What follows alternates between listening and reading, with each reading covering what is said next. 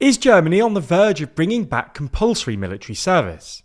In a recent interview, Germany's Defence Minister, Boris Pistorius, said the government may have no choice but to bring back mandatory conscription if Germany's new military volunteer scheme fails to meet recruitment goals.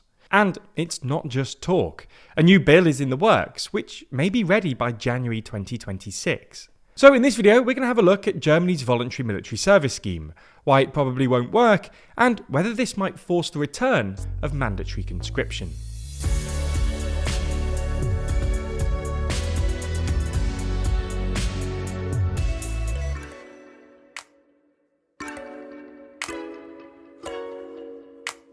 Who's the worst politician right now? Hear our thoughts and argue with us on our podcast, The World Leader Leaderboard. Find it over on the TLDR Podcast YouTube channel or in your favourite podcast app. Let's start with a little context on how mandatory military service has changed in Germany and Europe in the past couple of decades. During the Cold War, when thousands of Warsaw Pact tanks were expected to pour through the Fulda Gap, compulsory military service existed in nearly every European country. In West Germany, conscription was introduced in 1956, and until the 1990s, the West German military, the Bundeswehr, had nearly 500,000 troops.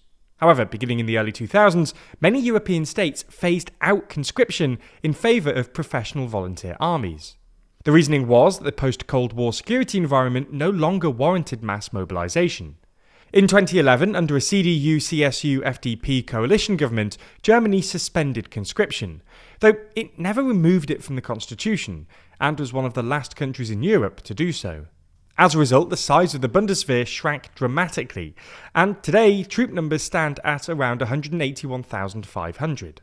Whereas in 1990, West Germany alone was able to field 215 combat battalions, by 2015, even with Germany reunited, that had fallen to 33, a remarkable 84% cut. Following Russia's invasion of Ukraine, this downsizing, accompanied by a stagnation in recruitment numbers, caused some serious anxiety amongst military officials who warned that the country needs to be war-ready within the next 5 to 8 years. This, combined with the Trump administration's recent disengagement with Europe and NATO's updated defence spending requirements, prompted the new German Chancellor, Friedrich Merz, to commit to a massive increase in the size of the German army and its defence budget, facilitated by more borrowing.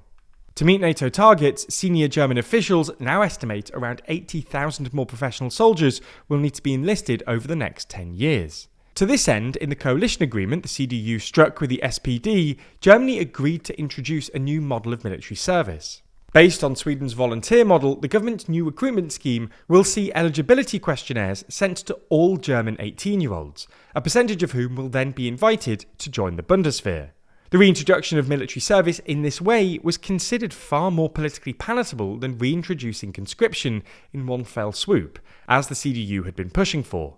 And it's something that Pistorius had been pushing for a while, formalising a nearly identical scheme last autumn, before his plan to do so was scuppered by the early election. However, while the programme aims to recruit about 5,000 volunteers annually, there's already concerns that it'll fall short. Years of underfunding have left the Bundeswehr crumbling and neglected, and just simply not an attractive enough career to pull in young people. The average age of the German soldier is now 34, and creeping upwards.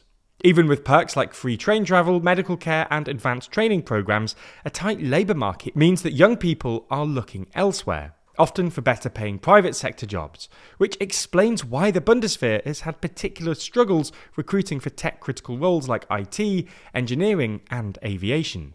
It's also been struggling to retain existing soldiers. In 2023, for instance, 18,800 people enlisted, but over 25% of them quit during the initial 6-month trial period. And while 2024 saw a record number of applications, up 18% from the previous year, nearly 3,000 soldiers still left the force, a steep jump from the 200 who left in 2021. We should say here that Germany isn't the only country struggling with recruitment. In 2022, Czechia succeeded in recruiting only 176 new soldiers, and in 2023, the UK experienced a net loss of 5,600 personnel, with more service members leaving than joining.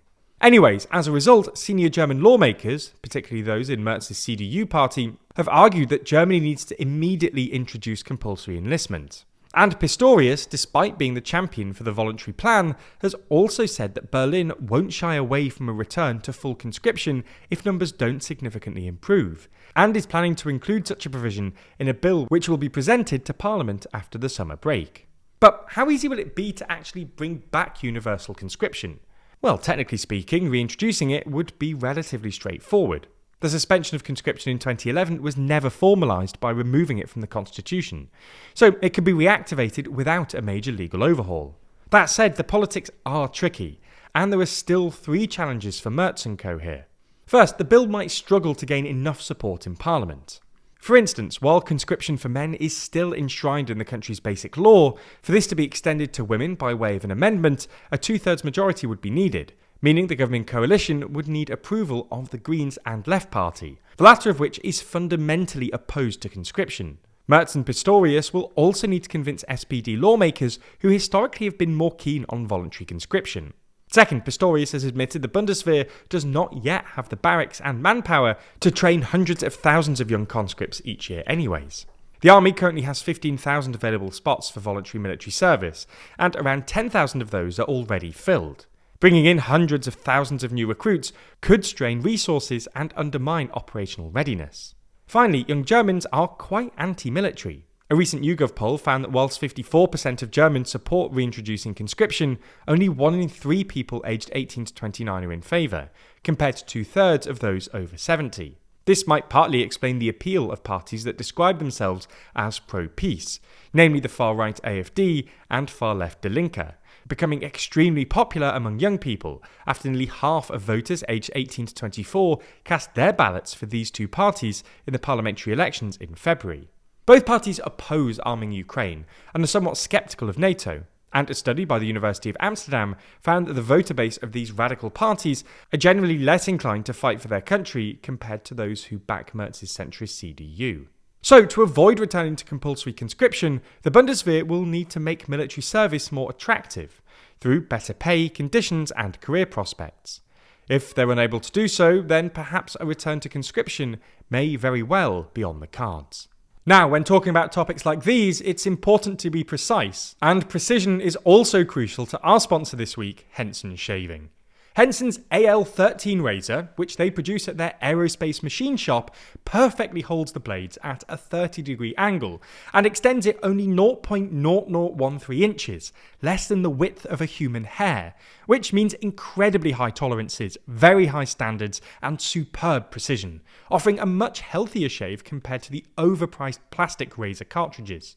And speaking of plastic, Henson razors are completely plastic-free, from the blade to the box. Everything Henson send to you is entirely recyclable, meaning that while you protect your skin from an expensive razor burn, you're also protecting the environment from adding to the 2 billion razor cartridges that are thrown away every year in the US alone. Finally, buying Henson razors is simply cheaper. No longer will you be forced into buying those expensive and unsupportive replacement blades, as Henson blades cost about 10 cents each. This allows you to replace your blades more frequently, so you don't need to keep dragging a dull razor across your face to try and get value out of that overpriced plastic. If you want to try it out, go to hensonshaving.com/TLDR or click the link in the description, then add a razor and 100 blades to your cart. Once you've done that, add our discount code TLDR at checkout and you'll get all of those blades totally free. And you'll be on your way to a healthier shave.